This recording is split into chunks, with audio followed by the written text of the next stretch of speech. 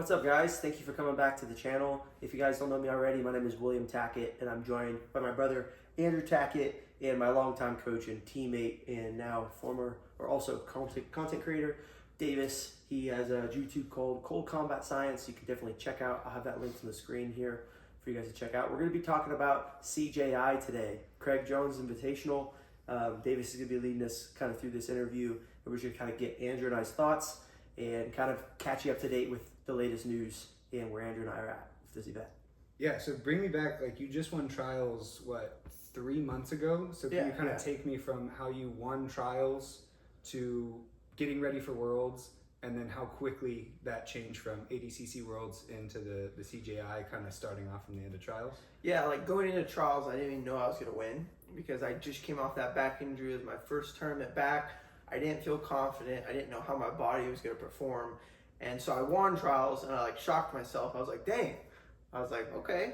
And so I was Let's go back real quick though. How long did you have a break from that back injury till trials? Because that was a decent amount of time, right? It was August to March, so 6 months of no training. Yeah, or no, 5 months of no training, and then I got a month of have to train. Yeah, and that was.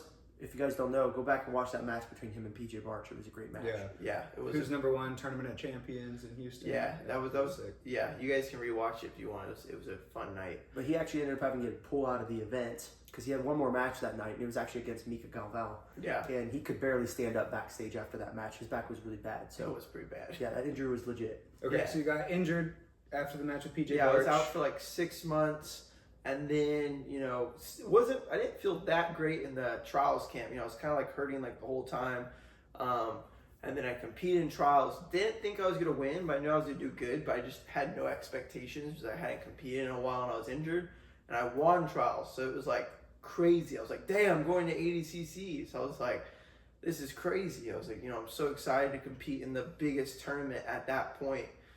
Most eyes, everything. So I was just so stoked.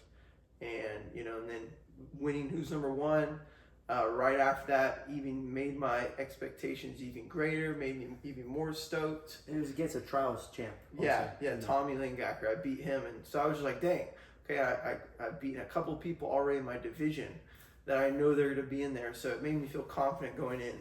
And then boom, we got slapped at the CJI news, and we were like, oh well. So how long had you been planning on getting into the ADCC, and how did it feel once you had won trials and you had finally guaranteed your spot? It was pretty dope. I was like, okay, the thing that I've been dreaming about for 6 years is now happening.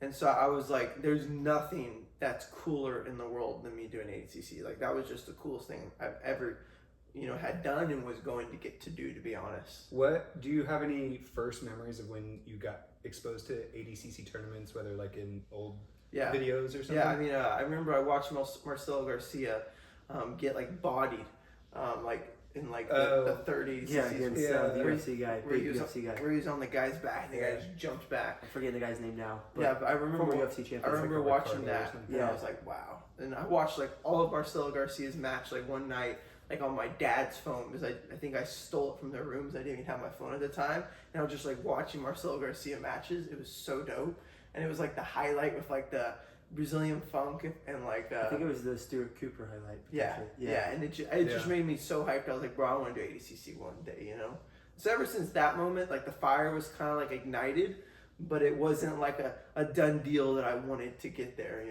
So you've worked at least, like you said, 6 years. You've done a bunch of different trials. You've had good success. You've had to miss a couple trials. You finally make it. Why would you back out of the tournament you've worked your whole life to get into?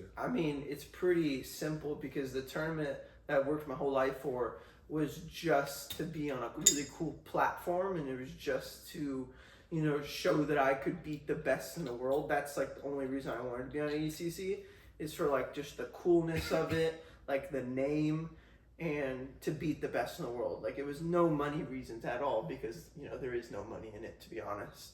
And so the reason I immediately flipped switch is because CGI might not be the coolest production in the world. It might not be as crazy as ADCC, but it's still by far going to be probably the coolest thing I've done yet, and it will obviously be a lot of money. So Do you think that by putting up the $1 million prize, it's going to create a more prestigious tournament than ADCC by pulling the highest level athletes because of the money? I mean, there's a lot more at stake. So the anticipation to be so much greater.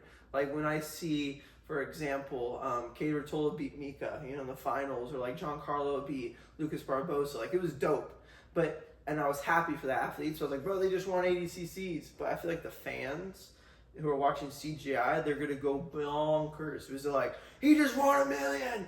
Like it's just the anticipation. Super exciting. The anticipation for the fans. And the flip side, right? Yeah. People that you're rooting for in the finals that might lose, like you feel that much worse for them because so they were so close. Well, and especially with the no tier, right? You get $1 million in first place.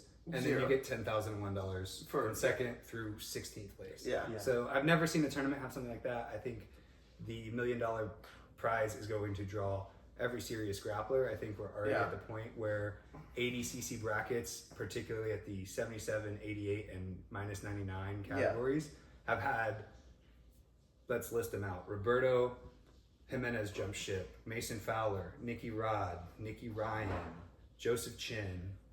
These are either invitees or trials winners. So that kind of brings me back to my point. You guys were the first official people to leave ADCC to join CJI. Yeah. You now will not be able to go back to ADCC on an invite. So if you want to compete in that tournament, you now have to win trials again. How do you feel about that? I think we could go back on an invite, possibly. I mean, like if we just like are killing, like tournaments for the next 2 years after that, and we're freaking looking unstoppable, I think, there's no way we can't get an invite, because I think invites are purely based off of like, how good you are, how exciting you are, and how much Mo likes you. But I think, you can get some invites by just like being the best, So it'll be interesting. There is a possibility we could get an invite, but it's definitely not looking bright, us getting an invite. It's looking like we'll probably have to do trials in the future again. Yeah, I think that kind of depends a little bit because I think Mo announced that if anyone pulls out now, they have to do the trials again. But I think that was like maybe after we had pulled out. I mean, that was before anyone was announced for the event that we pulled out. So I think that was kind of like a thing now. So I don't really know if that's a rule as of like now. Everyone from now forth, if you pull out, you have to do trials. Or if like maybe the people that let them know ahead of notice, maybe they can get invites. But to be honest, I feel like either way, like I think winning something like the CJI, where you're going to beat like multiple ADCC medalists across many different weight classes, because this is kind of like an absolute tournament. We got under 175 pounds, which is like, quite a big disparity. I'm gonna be fighting some like 190ers, Yeah. Maybe 200. I mean, Hulk is already confirmed for the event. He's a big guy. It's a big boy. Who's fought 99 before and done really well at 99. And then you got my division, who's 75 and up. So that's going to be a bunch of big guys as well. Yeah, so, like people like Bushesha, Hooch. Yeah, I mean, you never know. So I feel like if you win an event like that, I feel like it would be silly, to not get invited back. And I think that Mo would probably consider that, or whoever like helps make the matches. I think that they would kind of consider the fact that you beat all these medalists, potentially champions. I think it's like worth of an invite back. But who knows? I think we're both prepared to just do trials either way. I mean, we've done trials up until as much as trials suck because they're so hard and you get little to no reward for winning them. I would be down to do them if it meant like if CGI was never happening again and ADCCs is now only the biggest tournament in the world, I would be down to do trials again to get back. Yeah, and I mean Andrew and I have done trials since we were really young. I think the first time I did trials I was either 15 or 16. And then Andrew was 2 years younger than that. So, I mean, we were really, really young kids. I was a blue belt at the time. He was maybe a green belt. Yeah. And we were having matches against tough guys. Like, I was fighting PJ Barch. Yeah, I fought Ethan Collins in my first trials. He was fighting Ethan. So, like, we've fought in those tough trials for years upon years. So, I think we're not necessarily, like, afraid of doing that again. We've already done it so many times. We know it's tough. We know it's difficult. But, I think it's worth the cost of $1 million. Well, and you guys were the first ones to announce it that you were leaving ADCC for CJI, and I think that you got quite a little bit of negative kind of feedback from that. Oh yeah, because people are just like, "Whoa, like you guys are the first ones." But I'm glad we were the first ones, because Honestly, it makes us look like we don't really care, and we're just like strong in who we are, and we have an opinion, we just ran with it. Well, and you give the other promotion ample amount of time to find the replacements, and then allow those people to prepare for it. That was my major thing, honestly. Like when I initially hit Craig up after he had did the first video announcement, he had done like a series of posts on his story, and then a video of him in like the selfie mode, just talking about the event, and he was planning on it. And I hit him up like directly and was like, "Hey, is this legit?" And then he was like, "Yes, it is, but it's conflicting dates." So I already kind of knew from that point forward, I was already kind of taking that in consideration. It was like a choose, Yeah, and then as soon as we got all the information together to realize it was legit, like we wanted to drop out right away, both Andrew and I, because we didn't want to wait any longer. I remember you told me about it before we flew out to Brazil. And then we were in Brazil, and I was like, "Are we doing this?" And you were like, "Yeah." And we're like, "All right, let's do it now." Then, like we were only there for 5 days. We were in the hotel getting ready to leave, and like we were supposed to be leaving, but yet we sat there and made people wait because we were, making it official. Yeah, I wanted to talk to Mo, just give him that heads up. Like Mo's done a lot for the sport, and I have no reason to. And I'm sure he's gonna do so much more for the sport. Oh yeah, and I have no reason. We have no reason to rip him off or screw his event in any way. Like we said, we've always wanted to participate in ADCC, so giving him that heads up was like the least we could do. Yeah. I mean, really the only thing we can do. Well, yeah. I mean, I hope ADCC is still crazy. Like I'm gonna watch it Sunday. Because I want to go watch the finals Sunday. But I mean, yeah, it's hard to argue if $1 million. It really is. I mean, it really freaking is. Like if you ask just like a random person on the street, "Hey, would you want to participate in like the biggest soccer event in the world, just be out there, or win $1 million?" They'd be like, "Is this a trick question?" Well, I think that's what you guys got some crap for, because you're young guys. You've made it your life's mission to go to ADCC and to win tournaments like ADCC. So people expect that you do like the Bushido way, right? You live the lifestyle, you fight for essentially nothing. And I think a lot of people don't understand that this is also your job. This is your profession and how you make a living, how you put food on the table. So when someone offers you a guaranteed $10,000 each with the chance to win $1 million, that's going to be a lot more enticing. And I think the people that expect you to just go out and do the ADCC tournaments or the things that are the prestigious thing to do don't understand, and they kind of romanticize the sport a bit and don't understand that this is actually your job. Yeah. And if you were to get a job offer in any other industry, you're going to take the highest bidder. Yeah. Right. And I've always considered like the most prestigious event to be like the biggest event in jiu-jitsu. And I mean, I want to say that ADCC is the biggest event right now, but we don't know after this. Like CJI could top it. So for me, like who knows? CJI could be more prestigious than ADCC. I mean, like the history of ADCC, that speaks for itself. You can't argue against that. But like, I mean, Pride existed for a long time, and then UFC came up, and now UFC's the most prestigious MMA, and then I want championships coming up, and they're even competing with them. So it's kind of hard to say. Like when new events pop up, you have no idea where they're going to go, and we got the opportunity to go and maybe be a part of something even more prestigious potentially. I mean, the $1 million is very enticing to athletes like us, and I mean, a lot of the athletes are getting released already. Yeah, and saying they want a part of it. And for people out there saying like $1 million is like easy to make in the jiu-jitsu community, it's not that easy. So it's like, and it's a big deal, It is for a jiu-jitsu athlete. It's even an MMA athlete, like $1 million bonus. That's a big deal, Yeah, it can set you up for life. I think for anyone that's a big deal, just like $1 million. Yeah. Yeah. Now, if I handed a billionaire $1 million, he'd be like, "Oh, whoa, that's a lot of money, It's a lot of money for anyone." Well, and it's going to be interesting that Craig went so aggressive on this that it's not only like the same weekend. I mean, it's the same exact time on Saturday. So you guys had to choose. The fans will have to choose.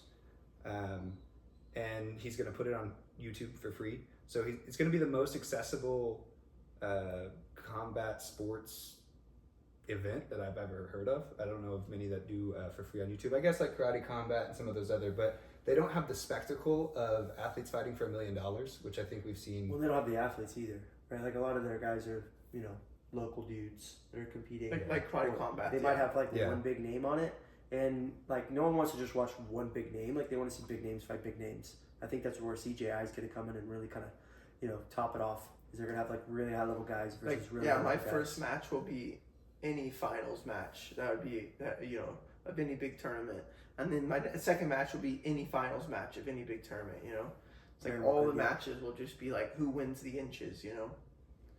So what do you guys think about talking about the spectacle, talking about guys versus guys?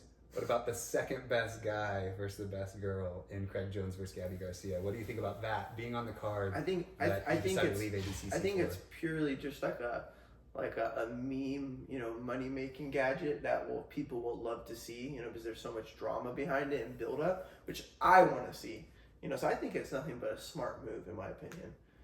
I think the fans want to see that. I want to see that, and it's gonna make a lot of money. It's bringing a lot of eyes to it. Is there anyone in the female divisions that you want to call out right now to maybe like Bro, have a follow up for the next I CJI? don't want any smoke with any girls. Because if I lost to a girl, that would suck. Like, Right. I'm good. I don't want to get on any girls' back. Bro, get on the bad side of the girls in the jiu-jitsu community is not where I want to be. So, yeah, I don't want to do that. Okay. So the next thing I wanted to ask you about, because neither one of you have ever competed in the Karate Combat Pit or anything kind of even remotely close to that. So what it looks like you guys are going to compete on, it's going to be a rectangle, I think like 30 by 40 meters. I'm not 100% sure So on it's that. not symmetrical. And then about a 45-degree angled wall. And I don't know if you got to see Karate Combat Bro, last week. Ethan freaking ran off the wall. Yeah, there was some use of it, right? And then it was Yeah. Barbosa who did like the cartwheel to the back take off of it as well. Yeah. So I was hoping you were Honest- inspired by that, yeah. and I was wondering what you thought about competing honestly, in that arena. I need to talk with some people, but I need to watch their card more. But honestly, don't double leg someone if their back's against the wall, because it is so hard to finish that double leg when they're defending and they're literally almost standing up, leaning against the wall. Like, I saw so many times he just like gut wrenched and threw him off, or just wizard and got out because he was so supported. It's like the rules are going to change a lot, Or maybe if you double leg someone, like you literally can like grab them, start running off the wall and get the high ground, knock them over, And I think like- that's what the key is going to be, is if That's you an could Henderson. circle up on top of the wall. Because if you back up into it and you try to take a step backwards, you're just going to fall It's over. going to be a weird train for it because no one has the ability to train for it because they don't have a karate combat ring. Well, I think we're going to need to build one. Yeah. And because I already heard the B team guys are going to be trying to build their own. So that Like, they we can need to train go them. get some wood, some braces, and get the angle right and try to build something. Yeah, but you need to figure out what angle it is, to be honest. I mean, if it's going to be 45-degree angle, then you just need to go with that. But I don't think anything's like been fully announced yet on that. So And then we'll see. He's talked about doing a 30 by 40 pit. He's talked about that. He called it the alley. Yeah. Which he has a little joke about that Yeah. I don't need to repeat. And then the other half of the rules are going to be, for all of the matches leading up to finals, is going to be 3 5-minute rounds scored with a 10-point must scoring system. So that means it's going to be like boxing or MMA, where the winner of the round is awarded 10 points and the loser is going to get 9 or less. And the way that they're going to come up with the 10-9, 10-8 rounds is going to be scored like traditional jiu-jitsu. So if me and Andrew have a round for 5 minutes and I get a takedown, I pass his guard, I go to mount, I take his back, whatever that score is, like 11 points or something, that would be like 11-0. They're going to give that round like a 10-8 round if it's like a larger than 4-point disparity between the two scores. And then closer rounds will just be like a 10-9. And then they also have the ability to take away points for penalties and that kind of thing. I would like to know what type of rule set they're going to do to base the point scoring off of. Like, is it based off an IBJJF scoring system? Is it based off of an ADCC scoring system? Because there's a lot of different rule sets that have completely different rules. Like, ADCC to IBJJF is very, very different in the sense that, like, let's talk about a takedown. Like, a takedown in IBJJF is a lot different than ADCC. Just going to turtle, like, completely negates the takedown in ADCC. So I wonder if they're basing it off of, like, ADCC rules, which would be maybe in some ways kind of funny. Or if they're doing IBJJF. I don't know. I'm curious to see what they're going to do with that. And that's really important that we do figure that out before this training camp starts, I agree. And that's something that I think is kind of tricky, because I've been with you guys for the last several years. We've seemingly tried to dig into every bit of ADCC's rules in order to understand them and know what's going on leading up to the tournaments, so we don't get caught up in confusions on how points got scored at the tournaments or the best kind of strategies. Yeah. So how does it feel going from a rule set that you felt very comfortable with to fighting for $1 million in a rule set that no one's ever fought under? How does that feel? Honestly, I think it's pretty chill. I think it's not going to be that much different.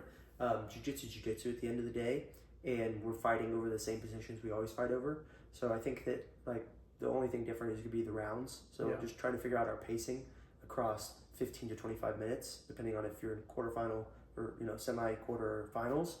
Wait, 25 minutes? Yeah, the final will be 5 minutes. Yeah, finals is 5-5s. Bro, So, this could be so tiring. This jiu-jitsu's... Yeah, I mean, it's better than ADCC, though. Yeah, like, it's ADCC like a 40-minute match. MMA is very tiring, don't get me wrong. I get so gassed in MMA training. But, like, the one thing that sucks about jiu-jitsu, it's like, no matter how gassed I am, I'm not going to be, like, resting. And so I'm just going to keep going. Like, in MMA, when I'm, like, tired, like, I get you against the wall, and I'm just like, nah, stop moving, you know? But, man... Because if I'm going against like someone like Joseph, Mika, Nikki, like there's not much safe spots, Yeah. So it's like you have no ability to rest, and so 5-minute rounds, no resting. Oh. Well, you get a minute break in between each round. I know, but that minute break is just to make you feel even worse. Like you walk back, your arms start inflating up. You're like, oh my gosh, I'm really tired. Have you ever done any kind of matches besides ADCC overtime that had something like a round like that, where you took a minute break on a stool? The IEGO one, but I didn't make it to the rounds. I just submitted everything. Okay. So and then the format will be the same. So if you're able to get a submission in the first 5 minutes, you don't even have to. Yeah, I would like to like train like best way to calm down and get your cardio to get back up. To maximize the minute, like what breathing techniques can you do to calm your heart rate the quickest? My guess would be that boxers and MMA fighters would have the most to and like we need to have ice packs. We need to have like towels to dry stuff off ice. Like we need to treat it with we need to have a pit crew, bro. It's interesting seeing jiu-jitsu finally hit those points where it's just breaking to the same level that the rest of the combat sports are at, right? Yeah, like maybe Muay Thai corners, they know how to run the corner. Boxing, maybe you sneak some adrenaline in there, right? I'm like, ready to go. A little bit of like the albuterol inhaler halfway through. Yeah, or like we should get the pure oxygen tanks. Those might work. Well, and it was something run by Craig Jones. He's probably going to encourage usage of any performance enhancer. He's not gonna, bro. You bring some cocaine there to stiff it real quick in between rounds. He'll be like, nose beers. Yeah, I just saw that he had a little spoon and some glasses that he brought on Chris's. That was so great. Yeah. All right, moving forward. All right, so you have 1 minute break in between rounds. Yeah. You have 5 minute rounds. Yeah. I know ADCC trials are 6. When's the last time you think you fought in a to be very high competition that was 5 minutes or less? The kids Right, when you were a teenager or something. So it's definitely gonna be very high pace. It's gonna be very honestly weird to see people's strategies for it. I think a lot of people are just be going balls to the walls, knowing that they can rest in between rounds, and some people are gonna be like, okay, the first round I'm literally doing nothing. I'm just learning my partner's game. And then they'll get tripped up maybe not being intense enough. So it's going to be very interesting to see how people approach it. I kind of have an odd take on it. I think Andrew and I might have an advantage over most of the people in the bracket for this particular reason, is because we have probably the most combined matches at ADCC trials out of everyone in the brackets, and ADCC trials is 6 minutes. So that's a lot closer to 5 than like what everyone else is used to competing under, which is typically 10 or 15 minutes. Yeah. So I think that if we can, we just came off of trials, knowing that pacing at 6 minutes, kind of maintaining that pacing at like a 5 minute match, I think we might have an advantage. Yeah, just like a slight increase in intensity for those 5 minutes. How dope do you think it would be if I just like beat the crap out of someone? I didn't submit them though, and I just stay out there on the mat with my arms on my hips like this as they're back. Very like Israel Adesanya about it, right? So dope. But I would never do that because that's just stupid. But it would be pretty dope, I hope someone does do that. I feel like if Andy or AJ Argazan was in the tournament, he would do that. He would for sure do that. Would. He would stand in the middle of his hands on his hips, puffing out his little chest, and be like, "I'm ready." His little chest. You hear that, AJ? Come get some. It's a call out, man. All right. So what's left? We can talk about the guys that got invited. Yeah. No. Let's talk about who's in the bracket so far. So as far as the 7 or 80 kilo and below for Andrew's bracket, announced I mean, they only got, what, 6 fighters in the bracket right now? 5 or 6 I people? think it's like 5. You got Andrew was the first one, and then Nicky 5. Ryan was like that same weekend, Joseph. and then Joseph was right after that, and then we just got Lucas Barbosa, and then a potential. yeah, there's a lot more potentials because There's I mean so this many is only potentials. Yeah. 1/4 of the bracket. I mean, and there's still going to be 12 And this is only more 1 rounds week. for This is only he's only added 4 people in 1 week. as far as potential goes, I do want to like talk about Bo Nickel potentially going -80, which That's I thought crazy. was pretty. I mean, he could totally do it. He wrestled his whole life. He's used to cutting weight, but having Bo Nickel at -80 would be pretty cool. I think personally, I think he'd do better at +80 because he could wrestle more and deal with less guard. But having him at -80, I think is super interesting and kind of a toss up for that bracket. Yeah, we kind of don't know what he's capable of, right? He used to be He's in the tough. professional grappling scene, and we've seen him make monumental jumps in the UFC. So it's one of those things He's a where win over you all don't Mortaza. really know who's going to show up, and it's probably going to be Nah, something bro. that In my that could opinion, have the potential to win Bo Nickel's probably one of the toughest ones in the division. if he like, gets invited if he- and when we get that confirmed. I think if he gets the invite, he's doing it. You know, that's a lot of money for Bo. yeah, It's a lot of money for anyone. But I think the ability Bo has good wrestling, and the ability to have anti-jiu-jitsu if he needs to have it is like really. Well, But- and he's used to training for 3 rounds, 3 Yeah. 5-minute rounds because Yeah. he's in the UFC. Yeah. So Yeah. and I that's a can see huge his thing. conditioning. He's completely ready for that specific pace. Mhm. Yeah, that Yeah. makes sense. And if someone's goal is to take him down and like submit him, that's gonna be pretty freaking difficult. Yeah. You know. Good luck with that. I mean, Yeah. it can be done. It's jiu-jitsu. It's not wrestling, but it's going to be really, really hard. And I'm excited to see him in that bracket. But in respect to Bo's wrestling, he's one of the best wrestlers in the world. You know. Definitely So, in MMA, yeah. yeah. So, you know, take a jiu-jitsu wrestler. Yeah, good luck, buddy. You know, with taking him down. Yeah. So I think, so it's gonna be interesting to see how people strategize, And for, then- you know, for all that. There's some matchups that I think the jiu-jitsu community has been looking for, which would be like you versus Nicky Ryan, right? We haven't seen that happen. That'd be a You great guys are first kind round of matchup. in a place in your weight class that I think people want to see that match. But then you also have Joseph Chin in there. You guys have some history We're against one, each other. we're 1-1. You know, I think 2 in we're 1-1. Yeah, 1-1 on subs. So Yeah. Joseph Okay. subbed Andrew Debar, and then Andrew subbed Joseph at ADCC open by the choke from the Yeah. back. So I thought you had a second match with Joseph. Yeah, Okay. that's 2 matches. I thought you had a second one in like IBJJ. Oh or something no, like no, that. no. Kenta. Okay. Yeah, he had a match with Kenta Okay. at the Worlds. That's what you're thinking. Oh, that's so racist. I'm kidding. So, how do you guys feel about all the replacement guys getting their chance to go to ADCC? Because I remember when we were in like the trials camp, I had a lot of frustrating like thoughts on who I thought should be in ADCC, and I was like, oh, we can't have William Tackett and Elder Cruz and J Rod. What a shame! Yeah. I wish we could have all 3. And now we still can't have them all, but at least Elder got his invite after William And Jay and took William are CJI. doing CJI. So how do you guys feel about those other guys getting their opportunities at ADCC?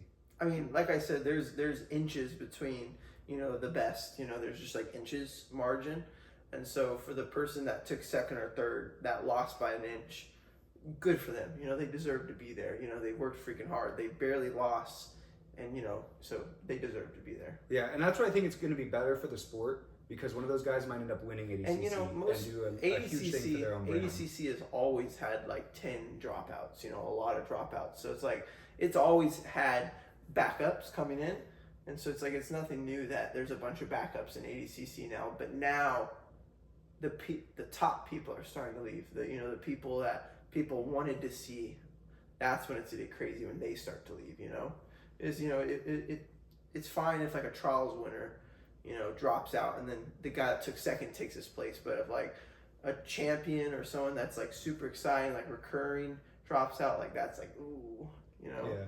I think that this will be a one-off thing for having ADCC athletes drop out within the year of the Worlds. Yeah. I think next time around there's going to be a lot of changes. I think the pay structure is going to change, but I also think some form of a contract or an agreement between the athletes, trials winners, invitees, Yeah. and ADCC to say, hey, you know, we want you here this weekend. Let's guarantee that. Yeah. And Yeah. unfortunately, the reason we got here with the CJI is because I think what happened with the ADCC is that they achieved their goal of growing grappling, creating professional grapplers, but I think they forgot along that that when you create a professional grappler, you create someone who's expecting to get paid for what they do. Yeah. And I've seen you guys have great success over the last couple of years becoming professional grapplers, and Craig treated you as such, and so that's why you're working with him. Man, Unfortunately, this year ADCC loses out on having the Tacketts in it, but I hope you guys do trials next time round. Yeah. And I hope that potentially, if you guys keep performing well, maybe you can skip trials and get that invite, because I do think you deserve it. But I understand from the ADCC perspective, they've got to kind of protect themselves, and they can't give out anything for free. Yeah, I Well, mean, they can't just give out stuff to people that are notorious for not dropping out of their event either. Yeah. Like, I totally see that. We've pulled out of the event. We're no longer like a reliable source of a contractor, technically, right? So, or an athlete. So I get it. I'd have to do trials again. Not looking forward to it, but we'll do it. yeah, but it's crazy that CJI is giving you 10-1 to show, because like that's a lot of people's paycheck for winning a big Uzum 1 or big UFC Fight Pass like tournament or like match, you know, like that's their paycheck, you know, for a lot of athletes. So it's pretty cool just to make that, you know, regardless, because then nobody's walking away, you know, losing money, you know, because a lot of times jiu-jitsu athletes will lose money, you know, like going out to an event, spending for their food, their Ubers and all that, and then losing, and they're just like, dang, I lost money. So like, no matter how you do, you're still walking away, you know, happy, you know. Well, honestly, like the money is great for us athletes because we put our like bodies on the line too. Like I got a story myself when I fought in the ADCCs. I went out first round by submission to Mate Suzinski, and he wrecked my knee. Like I had a tibial fracture, I had an MCL tear, and a hamstring tear. And I didn't get $1 to help kind of fix that scenario. So I had to deal with rehab, I had to deal with physical therapy and all that on my own pocket and my own wallet. So that was kind of expensive, and it took a long time off of my competition kind of journey as well. I had like 6 months where I had to really take it light. So, I mean, $10,000, if we get hurt in this tournament, at least that could be put towards like medical bills or anything like that as well. So I think it's a really good step forward in that direction. What's your deductible, bro? 10 grand. Come on. All right. Cool. Well, thank you guys for tuning in. We just want to kind of give you some thoughts and catch you guys up to date on everything CJI. I know everyone's wanting to say CGI, so CJI, Craig Jones Invitational. I've been saying CJI, it just sounds better, right? Yeah, CGI, yeah. Yeah. But thank you guys for tuning in. We really appreciate it. And we'll see you guys in the next video. We're going to be doing tons of vlogs and updates on this whole lead up to the tournament. So we'll see you guys soon here on the channel. Thanks for tuning in. Yeah, and buy merch now and you may be entered in to win $1 million. No, I'm just kidding. Check me out, Cold Combat Science on YouTube, Cold Jiu-Jitsu on Instagram, and I also got Cold Combat Science on Instagram. Check those out. I post a lot of Muay Thai sparring, MMA training, vlogs of professional MMA fighters, vlogs of these guys. So kind of anything combat sports, it's going to be on there. So go check that out. We'll be giving a lot of behind the scenes in this lead up to the training camp, so you definitely don't want to miss it. Thanks for coming on, Davis. Thanks, Andrew. And we'll see you guys soon.